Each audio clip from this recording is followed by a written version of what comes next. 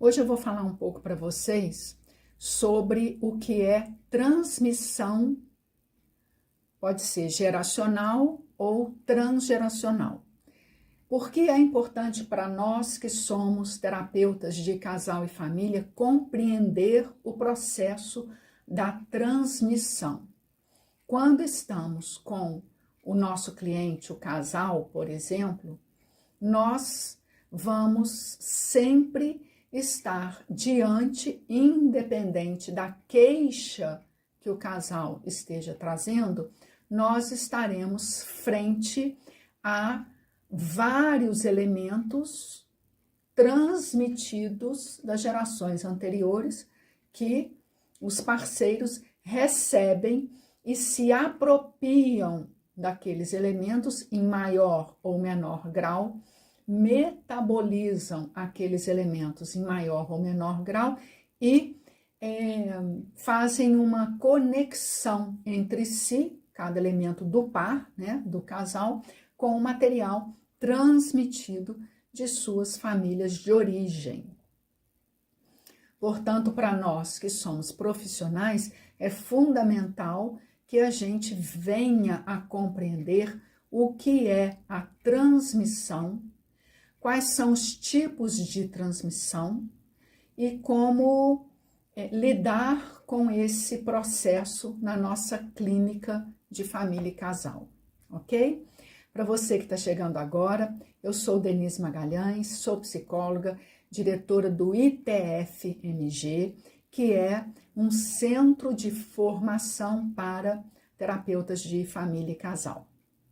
Aqui no Instituto nós ministramos, portanto, vários cursos, sendo o nosso carro-chefe a formação em terapia de família e casal, que é um curso 100% online. Então, vamos ao nosso conteúdo. Então, nós vamos, num primeiro momento, definir o que é a transmissão, o que se transmite, e depois nós vamos trazer os tipos de transmissão. Portanto, o que é a transmissão? Transmitir é levar algo de um lugar a outro, ou um conteúdo de alguém para, naturalmente, um receptor, de um transmissor para um receptor. O que se transmite neste processo? Transmite-se absolutamente tudo. Você pode transmitir, como a gente vê no cotidiano, heranças materiais, você pode transmitir dívidas, como nós também transmitimos afetos, nós transmitimos formas de se vincular ao outro, nós também transmitimos culpas, medos, formas de amar, como eu falei. Então, transmitir é levar um tipo de padrão de comportamento que existe no emissor para o seu receptor. Ou seja, transmitir é levar para alguém as chaves de acesso ao mundo. Por quê? Seja padrão de comportamento, seja forma afetiva de ser, qualquer que seja o conteúdo da transmissão, são chaves de acesso ao mundo. Então, definimos o que é transmitir e o que se transmite. Agora a gente vai compreender um pouco os tipos básicos de transmissão. Nós temos basicamente dois tipos: a transmissão geracional e a transmissão transgeracional. Alguns livros vão introduzir outras terminologias, por exemplo, transmissão multigeracional ou transmissão intergeracional, e importa então para o leitor compreender o que o autor que está transmitindo aquele conteúdo quer definir, dizer com aquela nomenclatura, ok? Aqui, neste vídeo, nós vamos falar da transmissão geracional e da transmissão transgeracional. A transmissão geracional é aquela onde há o reconhecimento do herdeiro, reconhecimento subjetivo. Portanto, o material transmitido é um material que foi elaborado pelo emitente. É um material que o emitente sabe que está transmitindo. Ele tem aquele conteúdo representado dentro de si. Como eu falei, qualquer que seja o conteúdo, qualquer que seja a chave de acesso ao mundo, o emitente ou transmissor, ele reconhece o herdeiro, no sentido de permitir, olha lá, outro conteúdo dentro da teoria epissistêmica, permitir o processo de diferenciação do herdeiro naquele relacionamento. Portanto, o herdeiro, ao receber o material transmitido, ele tem como fazer frente ao transmissor. Fazer frente é confrontar, questionar o material que está sendo transmitido. Por exemplo, uma simples forma de amar é frequentemente o material transmitido de uma geração a outra.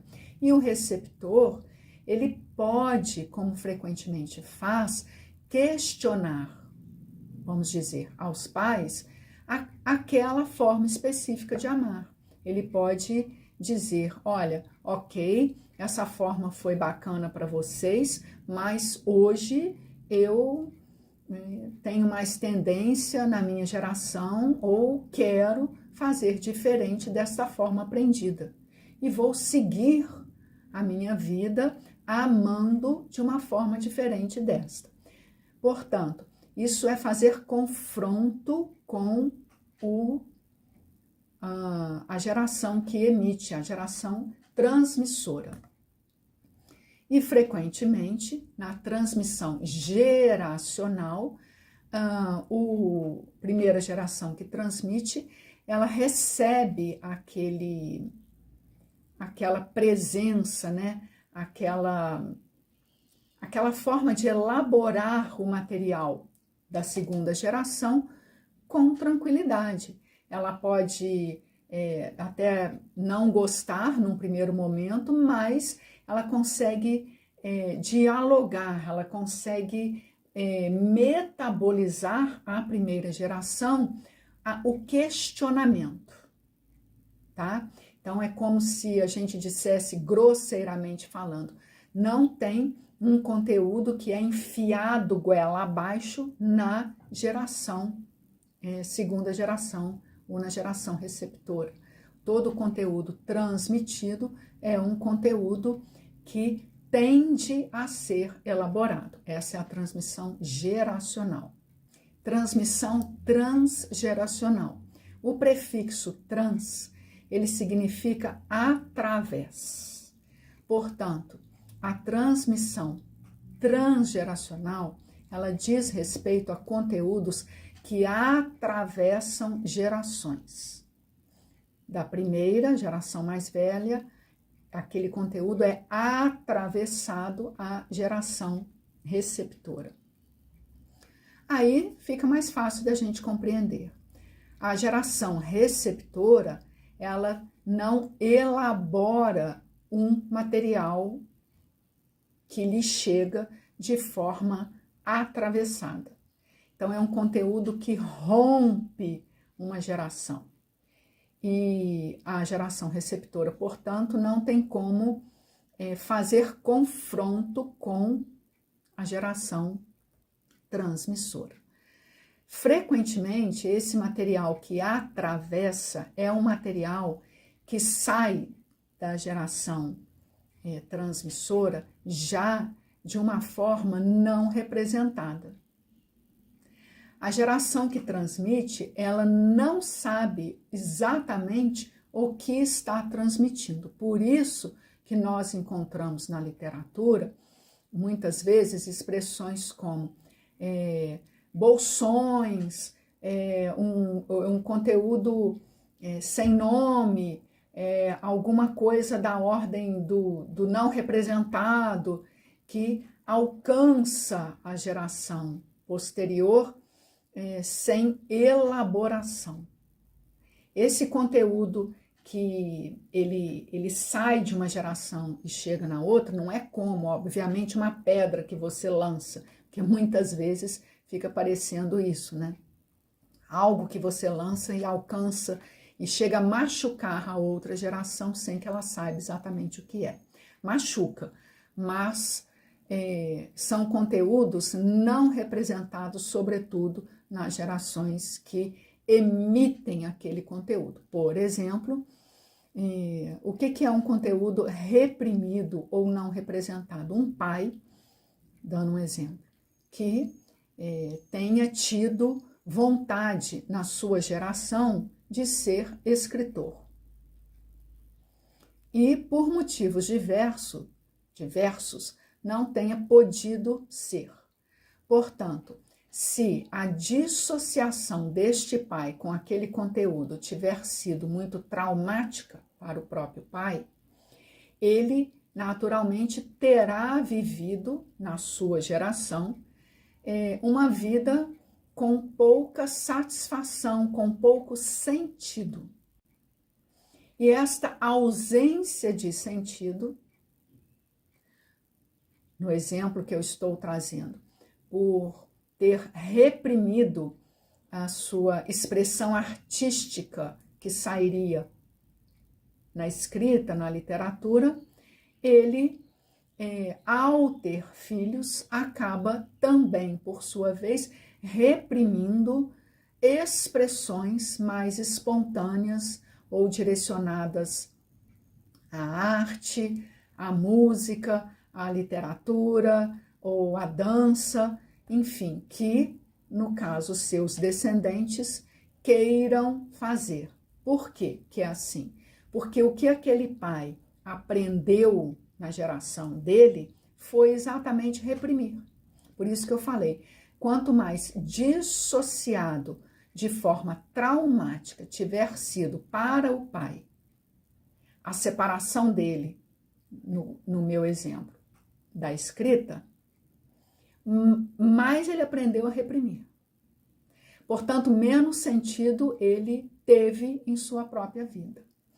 Portanto, ele sabe o que? Viver sem sentido. E é aquilo que ele vai transmitir, aquilo que ele sabe fazer com maestria. Então, haverá uma grande chance desse pai também imputar no filho a ausência de sentido, reprimindo na geração posterior expressões relacionadas, por exemplo, à arte. É um exemplo que eu estou dando.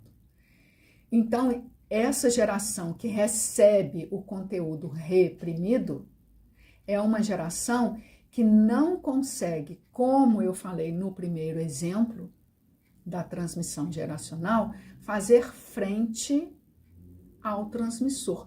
Não consegue questionar. Por que não consegue questionar? Porque a geração que recebe, ela também está sofrendo um processo de repressão. É claro que nós precisamos entender que não são todos os processos de repressão que são inquestionáveis. Muitos, ainda bem, são questionáveis. A pessoa é reprimida um tanto, mas um outro percentual ela consegue conversar com a geração anterior, se não especificamente a pessoa que transmitiu, outras pessoas do grupo. Então, nós precisamos entender o processo da repressão sendo transmitido, impedindo a geração posterior, inclusive, de dialogar com a geração anterior, no exemplo que eu estou trazendo, como algo bem nas extremidades, ou seja, bem excêntrico, tá? Não é algo aí que caminha na linha mediana, onde você pode dialogar sobre aquilo. Dentro do exemplo que eu estou trazendo. Na vida, tudo vai transitar nessa linha, das extremidades ao meio. E quanto mais a gente aproxima do meio, todo mundo sabe, mais alcançamos o equilíbrio nas diversas situações da vida. Quanto mais polarizado, menor o equilíbrio, maior o enrijecimento de qualquer que seja a situação. Então, quando eu digo que existem transmissões transgeracionais, eu estou falando dessas que estão nas polaridades, ok? Agora, para finalizar, a gente pode pensar, ou talvez você esteja se questionando, mas frente a essas transmissões, existe ainda alguma saída, né? Existe alguma forma do receptor elaborar aquilo que ele recebeu? Sim, existe.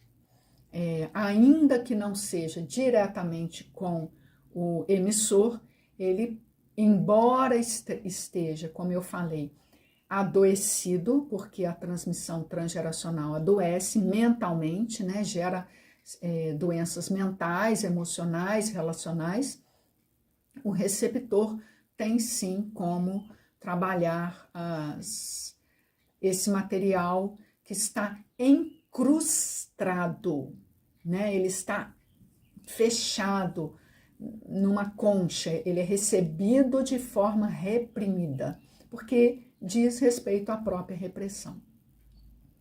No nosso curso de formação, a disciplina da transmissão psíquica, que eu que ministro, é uma das disciplinas que eu mais adoro. Eu trago um filme, eu não posso falar o nome aqui, onde a gente trabalha a transmissão transgeracional, né?